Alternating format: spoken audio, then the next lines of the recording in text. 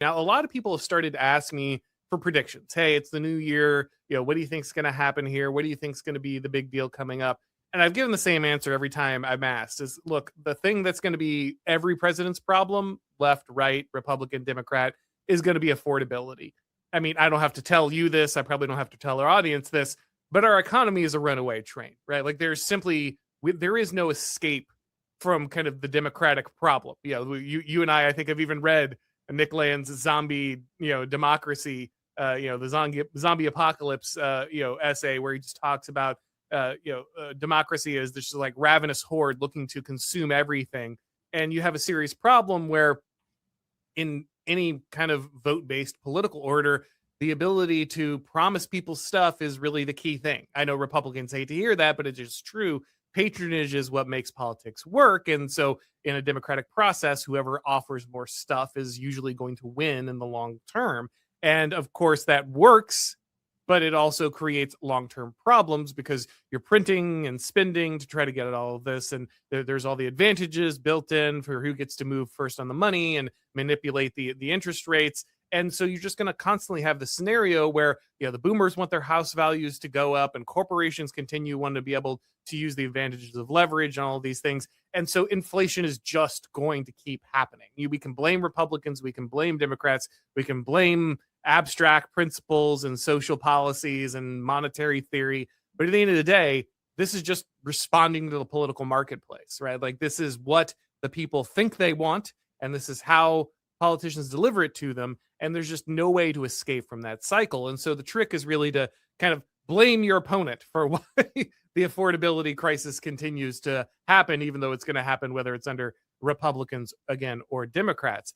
However, if you can make these minor policy changes, then you can at least better the lives of some people. You can adjust and address some level of the problem. And that's worth doing. Just because the ship is sinking slowly doesn't mean you don't plug as many holes as you can and bail out as much water as you possibly can.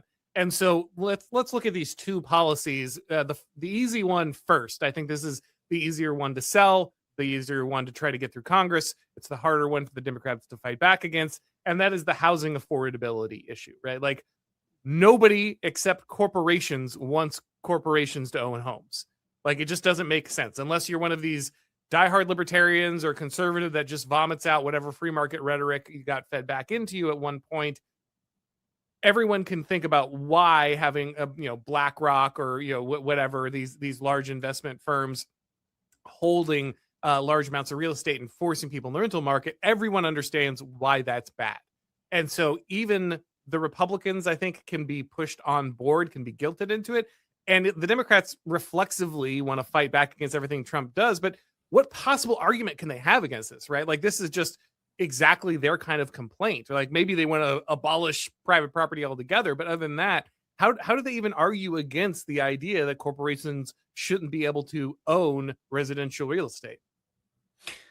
I mean, that's going to be the really good question is how do you steel man, the ongoing purchasing of homes or vast swaths of real estate, or even where I live, I know that the neighboring counties around me have a lot of farmland that has been bought up because of the outpouring of both like the various suburbs and cities that are now being eaten alive by either the Dallas-Fort Worth Metroplex, or if you're even further south, like the greater Austin area. Like there's no no area left for a lot of suburban sprawl, and instead a lot of it has been turned into apartments, and a lot of it has been an avenue for real estate. Or I know it's been sort of a boogeyman to discuss the question of like private equity or anything like that, but I mean, it is a very easy sell rhetorically that we are going to ban the usual boogeymen left, right, and center that kind of would all agree that like, yeah, actually, I don't think that these guys have the average American's interest at heart, which is things like BlackRock or the rest, despite the fact that, in the previous administration, they were quite all over the place in terms of policy. So I think this move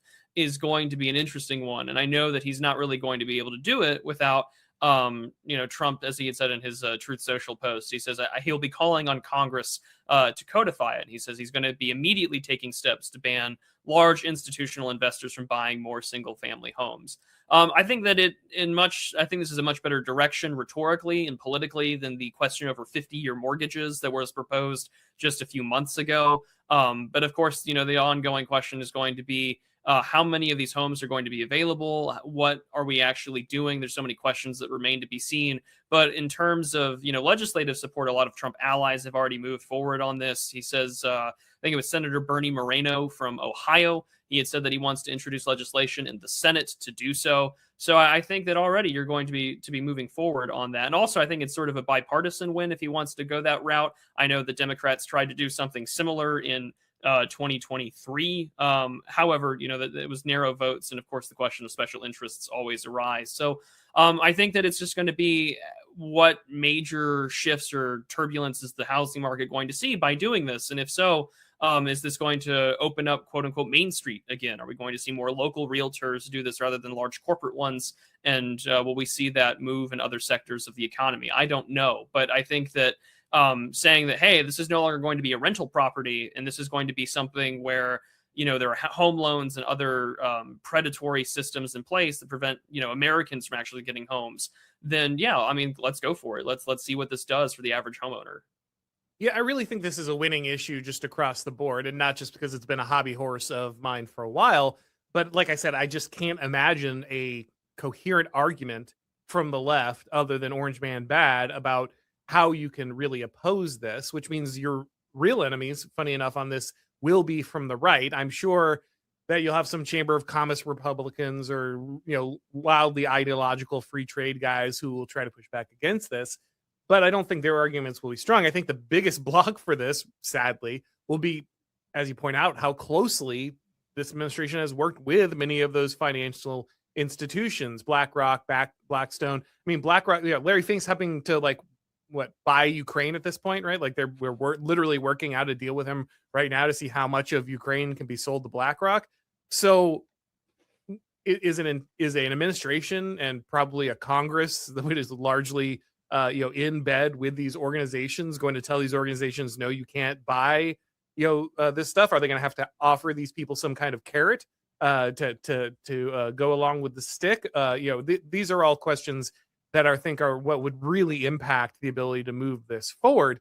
However, I will say, watching every congressman squirm as they're forced to attack their big donors or openly choose their donors over the basic sanity of allowing families to own homes, no, that's an exercise worth going through, even if I guess you can't ultimately secure that. So, like I said, I think that's the easier one. I think that's the one that's easy to justify, hard to argue against, would have the most support, would be the most difficult for even the average Republican to fight back against. It would really just come down to whether politicians would defy their donors, which is actually the largest of all hurdles, I understand, but at least it's just the one instead of a multiplicity of issues. Now, the other suggestion is the credit card one. And I think this one's interesting for a few reasons. One, Joe Biden was famous for being a huge fan of the credit cards and fighting for credit card companies. So it's good rhetorically for Trump. He gets to rail against that. Two, I have suggested that there is a serious problem with usury several times. Now, that's not because I'm a great moral philosopher or rocket scientist. It's because I can read the Bible. And also other sources of moral wisdom, and they uniformly say that usury is a problem. They all note that this is a dangerous thing to consistently engage in. But every time I suggest that perhaps usury is not the best, I even cited Aristotle at some point, pointing out that the problems of usury, I get just absolutely attacked on all sides. I get attacked by people who say, oh, well, you're just wanting to go back to the Stone Ages or the Middle Ages, well, maybe the Middle Ages, but you're out there trying to destroy all of human progress as if compound interest is the key to human progress. I get people who are economic libertarians. I get free traders. I also weirdly get people who say any pointing, and I promise I'm not making this up. I was accused of it several times. Anyone suggesting the restriction of usury is somehow anti-Semitic, somehow that's an anti-Semitic trope. I don't know why. The Bible says don't do it, so there's that. So it's in the Old Testament, by the way. That's where that dictate comes from. It's not like it's just a New Testament thing. So I think it should be clear to lots of Christians that usury is bad. But the minute I bring it up, and this is always the funniest thing, I always get, well, how do you know what usury is? How do we know how much is usury? which is so weird. It's like all of a sudden Christians become these like moral relativists whenever you talk about financial instruments. Like they're just like, how could you know? Who are you to say? Like, I think we can use common sense. Like usury is the over offering of interest, right? Like if I'm paying more, if there's more in interest than I could possibly ever pay off, if we're putting so much compound interest on something that it's going to put people into long-term debt slavery, that's usury. But maybe that's 20%, maybe that's 15%. I think 10% is actually a pretty good number. Actually, I think that's a reasonable number. It gives institutions enough to get a return on their investment for lending to people, but it's not so much that it would make it impossible for the average person to catch up with that debt at some point. I think actually 10% is quite a good middle road number. I would have gone a little lower. Others would have gone a little higher, but I think that's a reasonable one. Hey guys, if you've been watching this show for a while, then you know that around here we encourage something that conservatives usually don't do. Winning. If you like what I'm doing here and you want to keep it going, then head over to Blaze TV. They have the behind-the-scenes content, exclusives, and documentaries that you're just not going to see anywhere else. So go to blazetv.com/Auron and subscribe today. The promo code is AURON, and you'll save $20 right now off the annual plan.